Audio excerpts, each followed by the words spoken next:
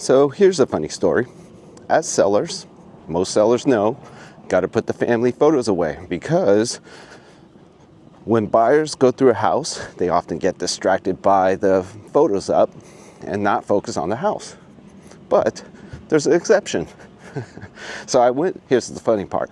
So I went and showed a property with buyers, and property showed terribly. And the clients got distracted by all the family photos, started asking the listing agent about all the photos, and totally missed the half-inch crack in the chimney. Obviously, I told them about it afterwards, but the funny part is they got into the family photos, did not pay attention to the house itself. So there you go. That is the exception.